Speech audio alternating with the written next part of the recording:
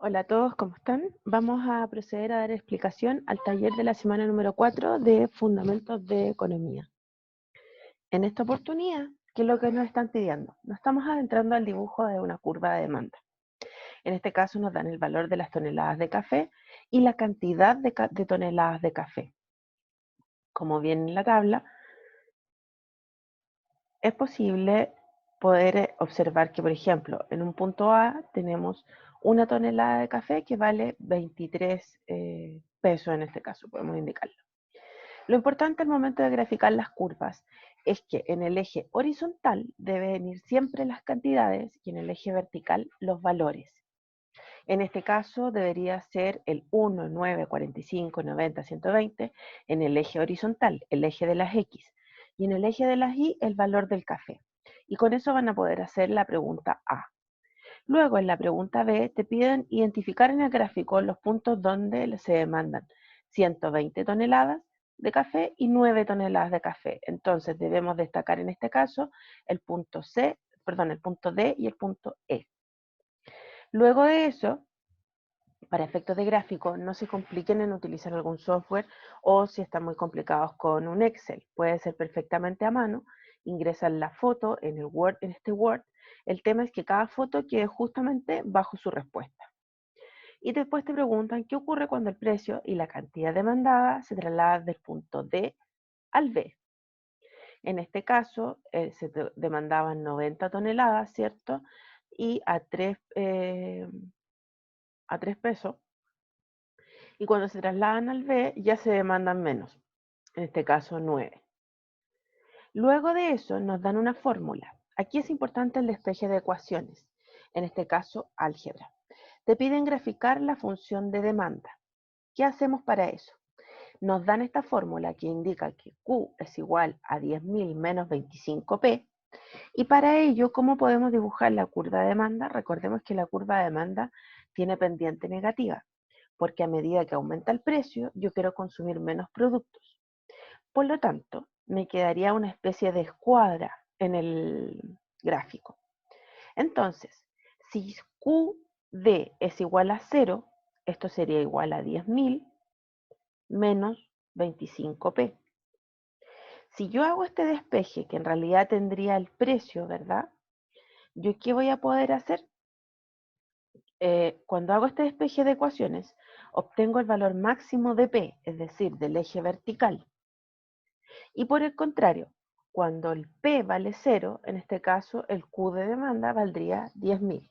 Y con eso obtengo el extremo del eje horizontal, que es de las cantidades. Cuando uno estos dos puntos, puedo graficar la función de demanda. Luego te piden confeccionar una tabla de demanda con las cantidades 0, 2.000, 4.000, 6.000, 8.000 y 10.000. En este caso, ¿qué debo hacer? Reemplazar la cantidad en la ecuación que me están dando y con eso obtengo el precio. Recuerden en el despeje de ecuaciones, lo que está sumando en un lado del signo igual, así cuando lo pasamos al otro extremo pasa restando. Y si está multiplicando, pasa al otro lado dividiendo. Esto es álgebra básica. Después te preguntan si los consumidores demandan automóviles a un precio de 229. ¿Qué ocurre con la cantidad demandada cuando el precio disminuye a 210?